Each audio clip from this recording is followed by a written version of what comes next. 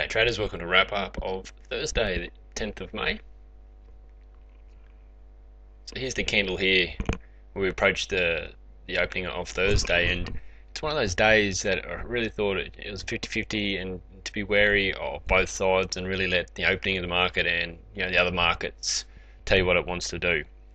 The thing we spoke about at the beginning of the trade room was, yes, we're pushing down, so we're definitely in a seller's market, but we've seen these streaks of buyers come through and really basically before today over the last first 3 days of the week, so Monday, Tuesday, Wednesday, even though there is some red candles there, all 3 of these days were actually dominated by buyers in the cash market, meaning the cash market went up.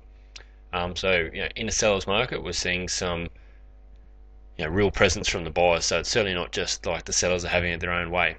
And so here, opening up the day. However, one thing I did like that really put me a little bit more in favour of the sellers, and there's a sell setup that came earlier on. A couple of them, one failed and one worked. But one thing that did lead me to think that the sellers could have a go this morning was the fact that, like I said, the previous days there was buyers in the cash market. But the reason that was because in the pre-market, we had heaps and heaps of sellers, and even though this market's going down, they're doing it in the pre-market. By the time we come to the cash market, the sellers have kind of done their dash, and we're getting this bounce, which means the buyers were coming in. It's kind of making trading tough because we're in a seller's market looking for sells, and the sells are getting dominated while we're looking for trades in the cash market because of these buyers. Whereas today, the first day of the week was, and let me show you, you can see there's buyers in this pre-market. So first time we'd open up this market where the sellers could actually come in and have a go like they have been, and not be exhausted by the time we get to the opening market. Hopefully that makes sense. So for that reason, I was starting to lean more towards the sellers, but like I said, I was prepared to go both ways because there's certainly both sides having a go at the moment. So we really had quite a sideways opening period. You can see that on the 1 minute chart over here, and then we pushed down this area here. Actually, sorry, I'll take a step back. Let's go over the 1 minute chart for a second. This is the first sell trade that was pretty keen on, that worked quite well. You can see very sideways period. The market came down, then retraced to here. So if the sellers are around, which we thought they could be this morning, you can see this really great resistance area here, which is going to push the market down lower, and it had a lot of room to move down. Like the next sort of support area was actually 51, and that was at yesterday's close, so that the gap line was down there. So I thought this market had real potential to push down and bounce off that power point there, which it actually did quite well. And the other thing this trade had going for it, you could see straight away from the beginning of the day that this market had settled down a bit yesterday, the last few days, but especially yesterday. We had a really erratic market. It was pushing through all sorts of different levels, some massive candles, and it was a difficult day to trade just because of the volatility. But you can see through here that the market had settled down and it was looking a little bit what we call, I guess, normal, even though there's no normal market really, but it felt like it was more predictable. And then you can expect areas like this to hold, because this market is not kind of erratic and jumping all over the place. So that's another reason to go for that area there. The next area on the sell side, back over the 5 minute charts, we're pushing down lower, and it's the first pullback, which we're talking about following up here, which we'll get back to in a sec. But we pushed down, we came back, you can see the predictive average crossed over up around here. So what we wanted, it was about a 1358 sell, and it was actually, if you go back here, you can see here, top of this area here, 1358, so that's a good resistance area where the market potentially pull back to and push down from. The market just pushed through that area. You can see it's popped up and then it's gone down. So that particular area did fail. So I have put that up here, remembering that we're keeping track of this first pullback just for an educational purposes. So basically from the 2 days we've had one work, which was yesterday, and one failed, and both of them were with the daily. So far, as far as that first pullback of the charts, or retracement, sorry, we've had one from 2 success. And nothing's been changed on the 10-point trend as far as the second power point after yellow, because there wasn't one, and then also wasn't a 10-point trend. This one here was very close but didn't quite get there. So back on the charts, this is the area where we popped back up after thinking that the market could possibly really hold at around 58, 50. Just went a little bit further, and then it got its momentum back to the downside.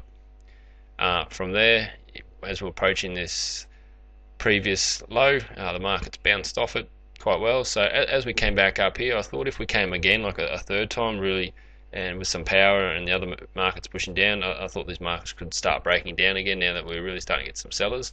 But in the end, that never eventuated, and we kept on pushing higher. And as we started breaking up through these resistance levels here, really started to turn our attention to maybe the buyers that are going to come in and have a go. So here's a bit of a 5-minute fade setup where we look to get a continuation of the buyers. In the end, it didn't come up in a good spot. You can see it started to pull back, and then the entries come right at the top of the trend. So like I say, I don't take them at the top of the swing high, because you can quite easily get a bounce or a push, and it's not safe to take them at the top of that. You want to see it, take it more at the bottom of the pullback. You can see around here, and that would have been a lot area, and you could have potentially got points out of there. But in the end, the markets really did run out of steam. The other markets, which Russell was starting to turn at this point. So not really a favourable area once we're around here, looking for this continuation. So here we start to get some sellers, and they're really starting to push down here. We got a bit of a shoulder, and then a push down again here. So this is normally an area where I like to see the sellers come in and potentially push down. We also had the gap down at just here 51, so I thought very likely this market go down the gap. As far as this area here, the other markets were starting to push down, but a little bit stable. They weren't quite pushing down enough. As we progressed on a little bit more, you can see we went a bit sideways, then popped up a little bit here. So moving on about 15-20 minutes, then the other markets really started to push down. So I thought this area here for selling had a lot of value, and that's because the setups here on this chart, you can see we've got confirmation of the downside from this shoulder, and then waiting for the other markets to go. This makes a very high percentage area, and from there you really could have potentially held to the gap or close to the gap, something like this. 51 was the gap. Look to get out around 52 or something if you believe it's going to the gap. You don't ever, if you do get on a gap trade, as in this is not as in trying to get profit all the way to the gap. You don't ever want to get out right on the gap, because naturally it's going to bounce, or sometimes it pushes straight through. But you want to probably get out about a point before it. That's just the safer option, because as you approach the gap, it's going to get quite volatile and it can do all sorts of things. In this case, you can see it's had quite a vicious bounce just before it got to the gap. But anyway, overall, a fantastic selling area, and one potentially for a lot of points there. And then to finish off the day, we got the bounce, and then you can see we sold off again. So these sellers are definitely around. It is a seller's market, but the buyers are certainly around at the same time and proving themselves at certain stages. So just over to the 1 minute chart, you can see we've still got plenty of movement. We've got plenty of power points around. Here's that power point we talked about right at the top of the day. That worked really well. We've got the retracement. Let me see where it lined up.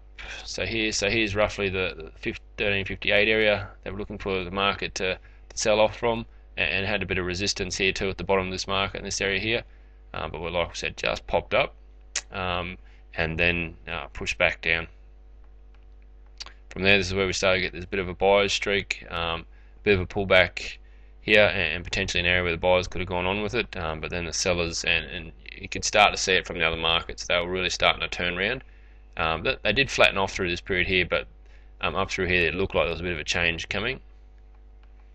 And then this is where this area through here is where we started to get those sellers, and the other markets really started to push down. We did eventually get that yellow, but came right at the end of the day, and obviously way too late to potentially look at a second pullback, which we are following in this area here. But anyway, that's a wrap up for Thursday. I'll speak to you guys Friday.